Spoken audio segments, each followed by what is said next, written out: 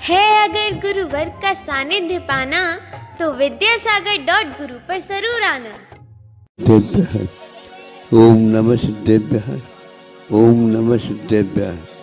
अहिंसा परमो धर्म की आचार्य गुरुवर श्री कुंद कुंद भगवान की, आचार्य गुरुवर श्री ज्ञान सागर मुनि महाराज की, आचार्य गुरुवर श्री विद्यासागर जी महामुनिराज की, समस्त आचार्य संघ की।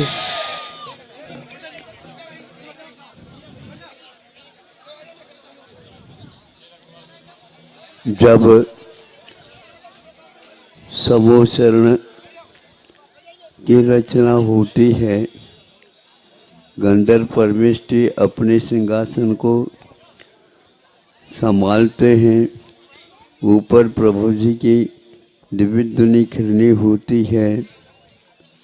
ये सारा प्रारंभ तब होता है जब मुख्य रूप से प्रभु को दिव्य ध्वनि खिलती है। उसमें देव भी रहते हैं, त्रियंच भी रहते हैं और सब भी रहते हैं, किंतु तब तक वह दिव्य ध्वनि नहीं खिलती जब तक मनुष्य वहाँ पर उपस्थित नहीं होते।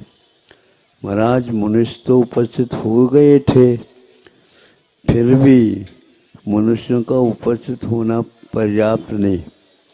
अन्यत्र सुनने में आता है देव लोग भी उपदेश के पात्र हैं, उनको भी सुनाया जा सकता है, किंतु महावीर भगवान की दिव्य ध्वनि जो खिली थी वह मनुष्यों के उपस्थिति मात्र से नहीं, जब तक उसमें वैराग्य को धारण करने वाला कोई मुनि महाराज उनके सामने,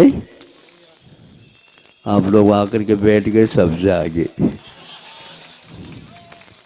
हाँ, सोचो कैसे सुना है आप लोगों को प्रवचन।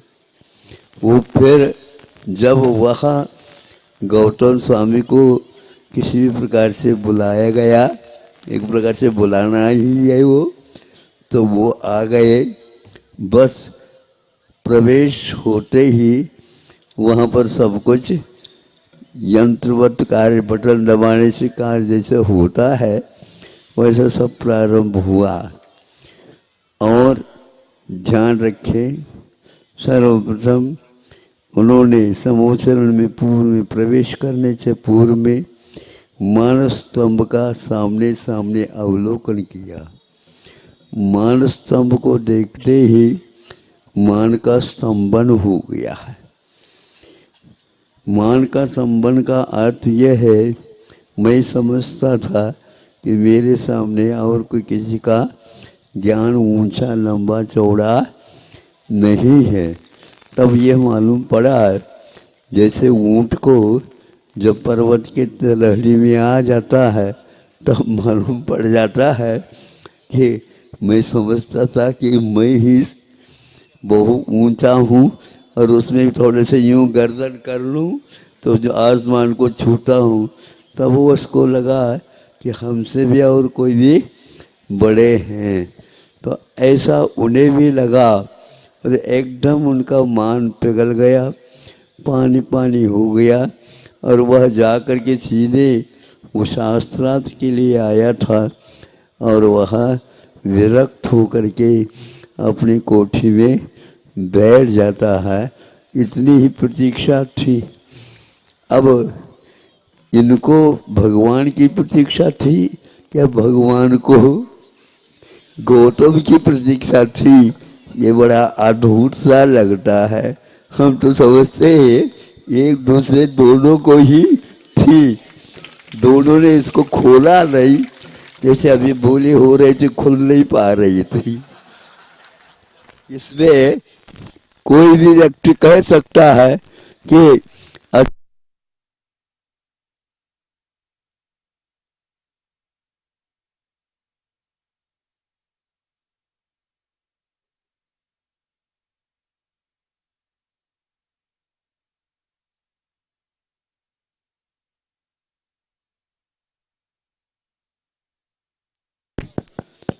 हाँ,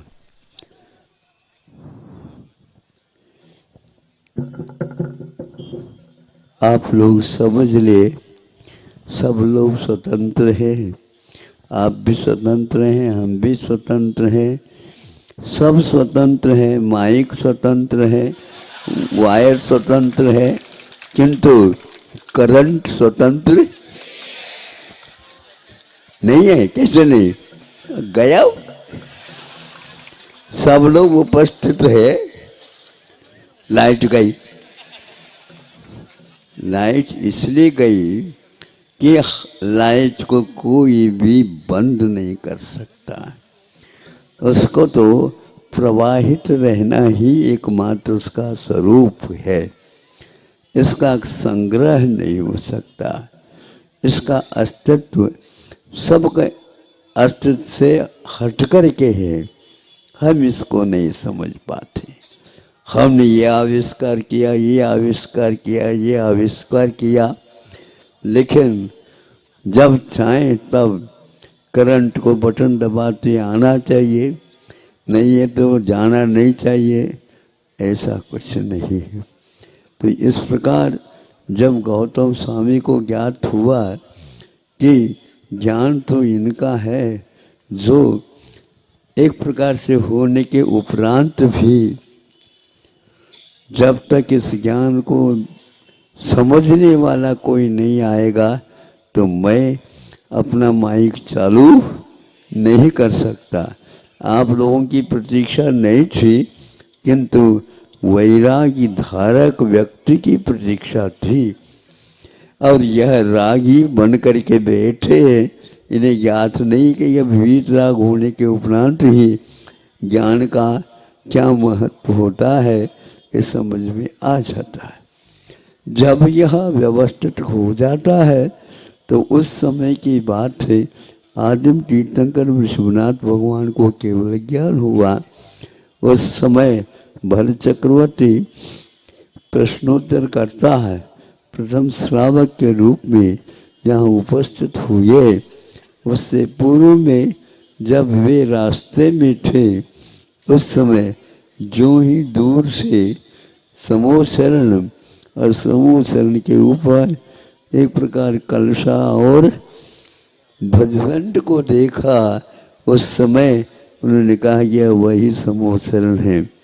नीचे हाथी के ऊपर से उतरा, 7 कदम पैदल जा कर के नमोस्तु किया, कायुत्सर्ग किया। ये ध्वजदंड का नापदंड है।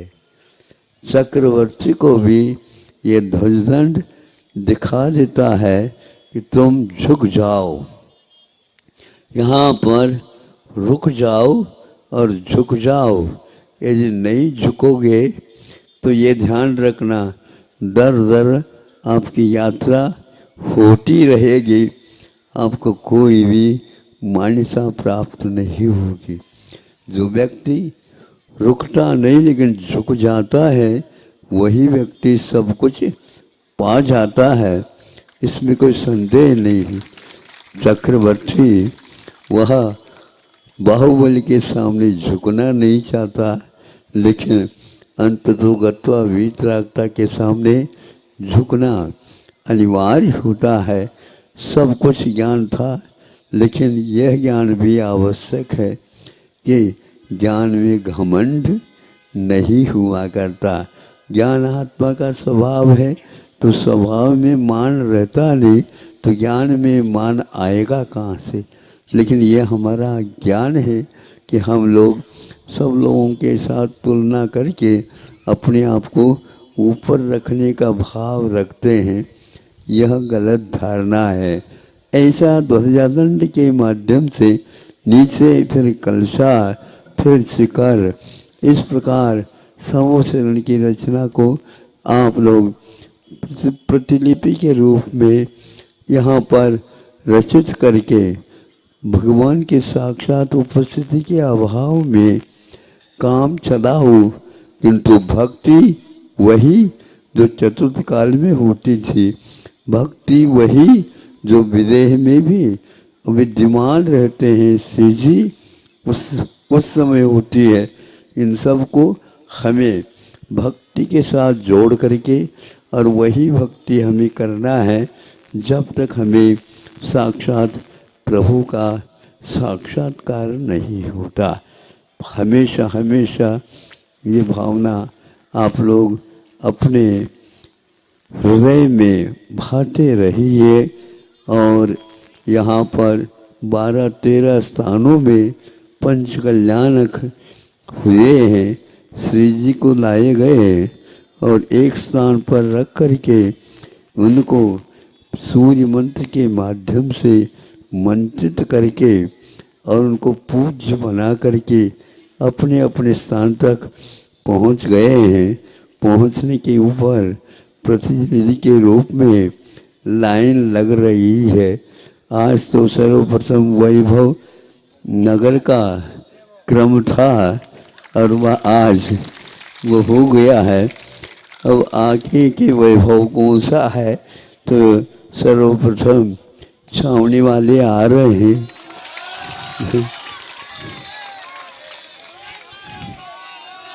हम बीच में ही छावनी से छोड़ करके थोड़े से किनारा हो करके आ गए थे। उदयनगर वाले पूरा नंबर लगाना चाह रहे हैं। वे वहीं से तो प्रारंभ हुआ है, वहीं से प्रारंभ हुआ है और वहीं से हम तिलक नगर वगैरह गए हैं। विशेष रूप से वह स्थान यहाँ उपलब्ध हुआ।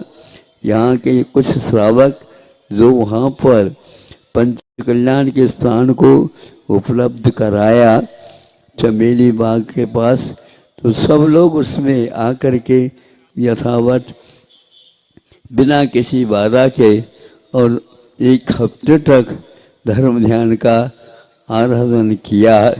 और आज उसके उपसंहार के रूप में वेदी प्रतिष्ठा, कलशारोहण, ध्वजदंड का बरथहराना इत्यादि कार्य सानंद संपन्न हो रहे हैं। आज इसका क्रम पूर्ण होने जा रहा है। क्योंकि अभी हवा में प्रकृति में काफ़ी अंतर है, इसलिए समय से पूर्व में ही विहार करना निश्चित किया है। आप लोग आए, इसको देखा, इसको अंतिम रूप दिया। ये ध्यान रखना, बाहुबली से पूर्व में भरत चक्रवर्ती को भी इसको स्वीकार करना पड़ा था। चक्रवर्ती होना अलग है और श्री जी के सामने उन्नत मस्तक होना तो अनिवार्य होता है। कोई भी हो, उस ध्वजदंड के सामने कोई भी अपने गर्दन को सीधा नहीं रख सकता। एक बार उसको झुकना अनिवार्य होता है। वह वीतरागता का प्रतीक जीवंत स्वरूप है। अहिंसा परमो धर्म की